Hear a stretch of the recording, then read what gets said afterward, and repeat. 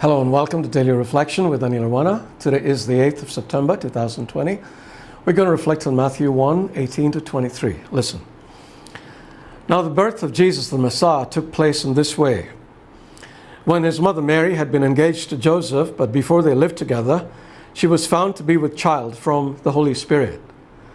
The husband Joseph, being a righteous man and unwilling to expose her to public disgrace, planned to dismiss her quietly. But just when he had resolved to do this, an angel of the Lord appeared to him in a dream and said, "Joseph, son of David, do not be afraid to take Mary as your wife, for the child conceived in her is from the Holy Spirit. She will bear a son, and you are to name him Jesus, for he will save the people from their sins." All this took place to fulfill what had been spoken by the Lord through the prophet.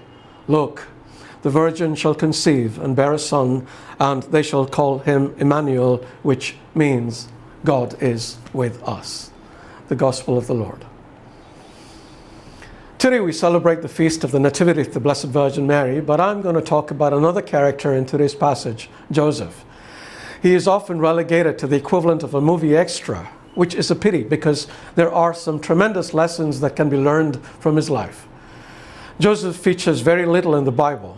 This is probably the longest passage about him, but it still reveals so much about his character and nature. Like the narrative of the temptation of Jesus in the desert, this little passage is so sterile in the telling. One often misses the enormous battle that takes place in Joseph's heart and mind. I want us to understand this battle because it has relevance to our lives, especially to those of us who are finding it difficult to come to terms with the emotional upheavals we sometimes face. What's the best way to understand them and deal with them? Be Joseph. For a few moments, put yourself in Joseph's shoes or sandals. You are betrothed to a woman, but before she comes to live with you, you discover she's pregnant. What is the obvious conclusion? That she had an affair, yes? What would you do? Probably cancel the wedding right away.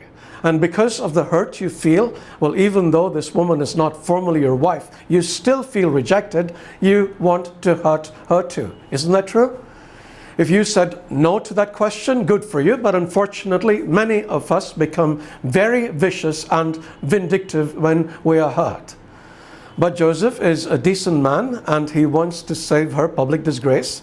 So he makes arrangements to divorce her quietly.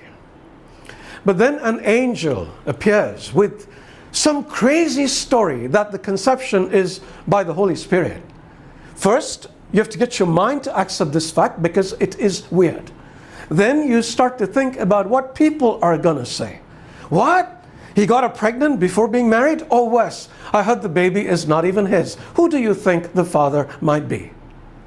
Even if nobody actually says anything, this is how the mind works, doesn't it?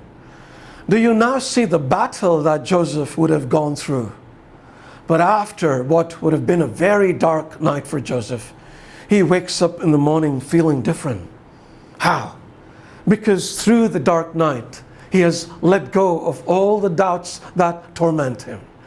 He has let go of all the worries about what the neighbors will say. He has let go of all the questions that fill his mind.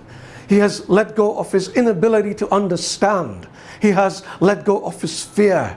He has let go of who and what he is in society. He has let go of everything except one thing: his faith in the goodness of God and the certainty that God would take him through it all.